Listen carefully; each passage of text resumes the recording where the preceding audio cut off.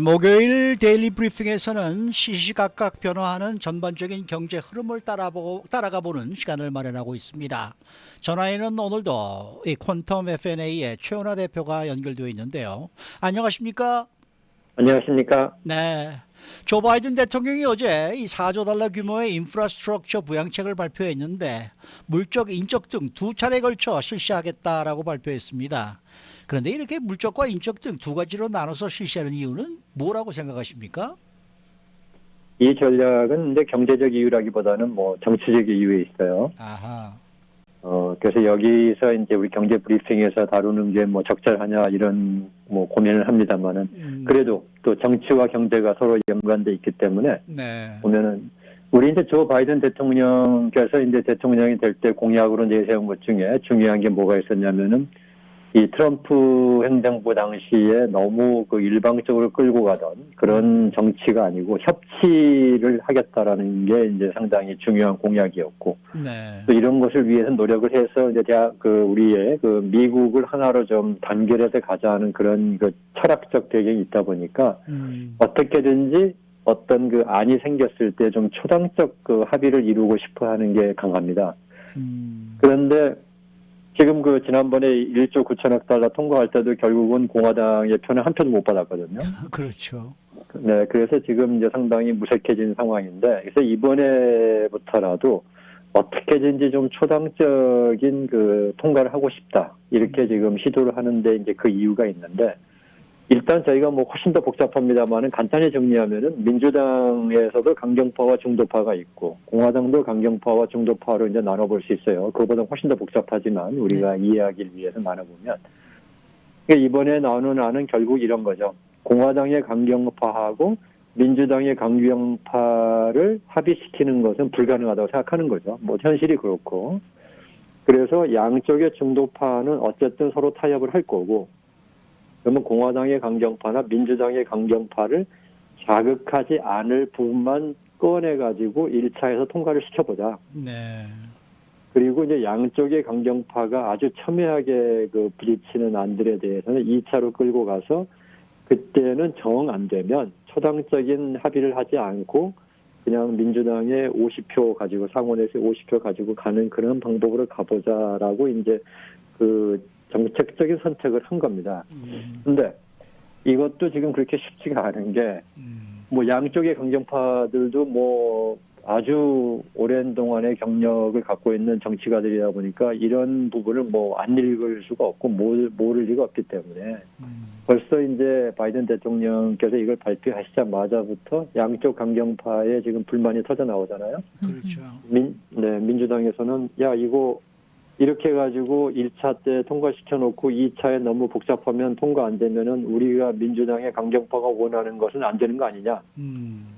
그러면 민주당 지도부는 필요한 것만 싹 하고 우리 강경파들의 의견은 뭐 희생해도 좋다는 거냐. 이런 식의 지금 이 우려가 나오고 있고 공화당 강경파는 당연히 아니 1차에 우리가 초당적인 합의를 해줬다가 네. 2차 때 가서 안 되고 하면은 우리만 괜히 그 들러리 쓴고 민주당이 마치 초당적인 노력을 하는 정부로 이미지 부각하는데 도움만 주는 거 아니냐. 한꺼번에 처리하자.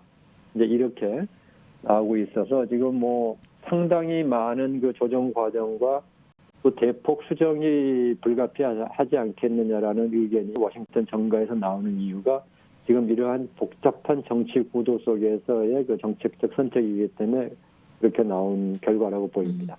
네. 근데 이게 4조 달러에 달하는 천문학적인 그런 자금이 들다 보니까 대기업의 법인세, 고소득자의 최고 세율 인상 뭐 이런 방법으로 세금을 올려서 재원을 마련하겠다는 계획인데 이런 세금 인상이요 경기 부양책 효과를 희석시킬 수도 있다라는 그런 분석도 나오고 있는데요. 이 부분에 대해서 설명 좀 해주십시오.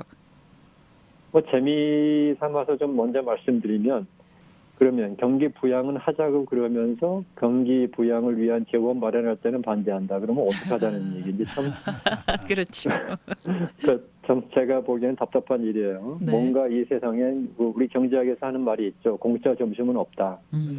뭐든지 뭘 위해서라면 이런 걸 해야 된다 하는 건데 예를 들어서 세금 인상을 반대하는 쪽에서 그러면 경기 부양안도 반대를 해야 되는 거죠. 그러면. 네, 그렇죠. 네. 네, 근데 경기 부양화를 잘한다고 하면서 세금 부양화는 뭐 안 된다. 이런 것은 조금 너무 이렇게 편의주의적인 생각인데, 이제 그러한 부분은 그냥 뭐 지나가는 얘기를 하는 거고, 저희가 경제학에서 굉장히 어려운 부분이 이거예요. 세금을 늘리면은 세율을 올려서 세금을 늘리면 과연 경제가 안 돌아가느냐, 아니면 경제가 좀 어려워질 거냐, 이 부분이 그렇게 그 쉬운 답이 없어요. 지금 미국을 보시면은 이 잘 아시는 부분들입니다만은 많은 미국의 대기업들이 그 이익이 굉장히 많아요. 이번 팬데믹 기간에도 몇 개 부분만 빼고는 나머지 산업 분야는 굉장히 성장을 했기 때문에 이익이 많은데, 자, 그 이익이 예를 들면 100조가 있다고 해보자고요. 100조가 있는데 그 이익의 100조가 전부 다 기업의 재투자. 그러니까 앞으로 생산을 늘리기 위해서 시설 투자도 하고 고용도 늘리는데 사용되느냐? 아니면 100조 중에서 뭐 한 30조 정도만 쓰고 70조는 그냥 그 회사의 그 주주의 이익을 위해서 돌려주느냐. 근데 이런 부분들을 검토를 해보면 지난 몇 년간 뭐 더 길게는 10년 이상을 많은 대기업들이 자기 회사의 자사주 매입을 하는데 돈을 많이 쓰고 있거든요. 그 말은 뭐냐면 기업 입장에서 재투자에 필요한 돈보다는 훨씬 더 많은 돈을 벌고 있다라고 저희들이 그 추론을 할 수가 있어요. 네. 근데 그런 부분들을 민주당에서 얘기를 하는 거죠. 그렇게 기업에서 벌어들인 돈이 기업이 얘기하는 것처럼 경제 재건을 위해서 써야 되는 부분만큼은 충분히 쓰고도 돈이 남는 거 아니냐. 그렇다면은 지금 재원 마련을 위해서 세율을 좀 올려가지고 하는 것에 결코 기업 활동에 어려움이 없을 거다라는 것이 이제 민주당과 이제 백악관의 의견인 거고, 이제 그 이쪽의 반대의 재계의 의견은 뭐냐면 그 돈을 자사주 매입이나 주식 배당을 한다고 해서 그 돈이 결국은 누구한테 가는 거냐면 소비자한테 가는 게 아니겠냐. 주식을 가지고 있는 사람들한테 혜택이 가는 거니까 그게 결국은 소득으로 연결되고 그만큼 그것이 이제 소비로 연결될 수 있기 때문에 전체적으로는 경제에 도움이 되는 거다라고 주장을 하는 거죠. 그런데 거기에 반해서 또 민주당은 그렇게 배당이나 또는 자사주 매입을 가는 이익은 주식을 가진 고소득층 내지는 부유층에게만 국한되는 거 아니겠느냐. 그러면 저소득층은 어떻게 할 거냐. 그 부분을 위해서는 빈부격차 문제도 해결하고 또 저소득층의 소비력이 더 이 비율이 높기 때문에 정부가 그 돈을 받아서 그쪽에 저소득층이 더 잘 살 수 있도록 도움을 주는 것이 국민 경제 전체적으로 도움이 될 수 있다. 근데 이러한 이론들이 서로 팽팽하게 맞서는 거예요. 근데 전반적으로 보면 제가 볼 때는 이제 법인세가 올라가는 것이 일반적으로는 경제학에서는 법인세를 올리면은 기업 경쟁력이 떨어진다는 쪽이 좀 더 중론이에요. 그래서 이제 이번에도 35%까지 전해로 올리지 않고 28%를 절충안으로 올리는 것도 민주당도 그런 얘기를 듣고 있기 때문에 이제 절충안을 하는 건데, 이제 이 부분은 어쨌든 뭐 세율을 올리지 않고서 이 재원 마련한다는 것은 이제 불가능한 얘기이기 때문에 서로 간에 이제 그 타협과 그다음에 협상을 통해서 많이 좀 조정이 될 거라고 보지만 결코 어느 한쪽만이 답이 정답은 아니다 하는 것은 기억을 해주시면 좋을 것 같습니다. 그런데 뭐 저는 항상 최 대표님께 이제 여쭤보는 것 중에 하나가 이제 다음 질문입니다. 이번에 그 인프라스트럭처 부양책이 이제 4억 달러라 그러는데 이 지난해부터 푼 돈을 다 합치면 거의 10조 달러에 육박하고 있거든요. 이렇게 10조 달러 이 부양책이 국가 채무 악화 또 인플레이션 초래 우려 이런 걸 높일 것 같은데 어떻게 생각하십니까? 네, 국가 채무가 나빠지는 것은 걱정할 만한 일이죠. 그런데 저희가 살고 있는 미국만큼은 그 걱정을 안 해도 되는 뭐 특혜를 갖고 있는 국가예요. 미국은 뭐 제3세계 국가들은 국가 채무가 악화되면은 이제 어떤 문제가 발생하냐면 국가 부도가 발생할 수 있고요. 그다음에 이제 국가 신용도 하락으로 돼가지고 그 국가들이 다른 나라에서 돈을 빌려올 때 굉장히 그 이자를 많이 내고 빌려와야 되기 때문에 결국은 경제가 어려워질 수밖에 없는데, 네. 미국은 국가 부도가 날 수 없는 기축 통화를 갖고 있는 국가고, 그다음에 미국 경제 성장률이 빠른 국가예요. 다른 나라들에 비해 선진국 중에서. 그러다 보니까 지금 채무가 올라가는데도 불구하고 달러화가 강세가 되는 현상을 보이고 있거든요. 그러니까 미국이라고 하는 그 세계의 경제의 대국, 그다음에 경제 지도국, 그다음에 기축 통화를 가진 국가의 경우에는 국가 채무 악화라고 하는 부분은 사실은 그렇게까지 큰 문제는 안 된다라고 하는 점이 있고요.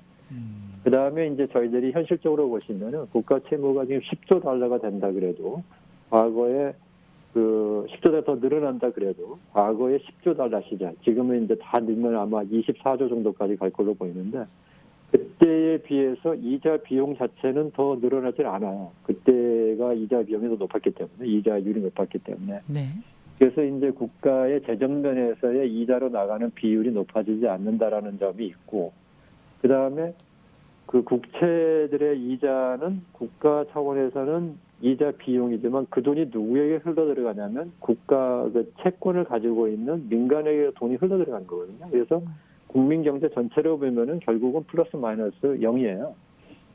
그래서 그것도 별로 걱정할 이제 이유는 없다 해서 국가 채무 악화라고 하는 부분은 지금 현재로서 미국의 입장에서는 별로 크게 걱정하지는 않은데 네. 이제 인플레이션 부분은 지금은 이제 확실히 문제가 지금 그 당면한 문제로 나타나고 있는데 첫째는 국가 채무가 맞으면 달러가 약세가 됐을 때 수입 물가가 올라가는 게 원인이 될 수 있는데 앞서 얘기했듯이 지금은 오히려 달러가 강세가 되죠. 그 이유는 간단해요. 미국이 경기 부양책을 선제적으로 쓰면서 가장 성장세가 빠르다. 그렇기 때문에 미국으로 돈이 몰려 들어오는 거죠.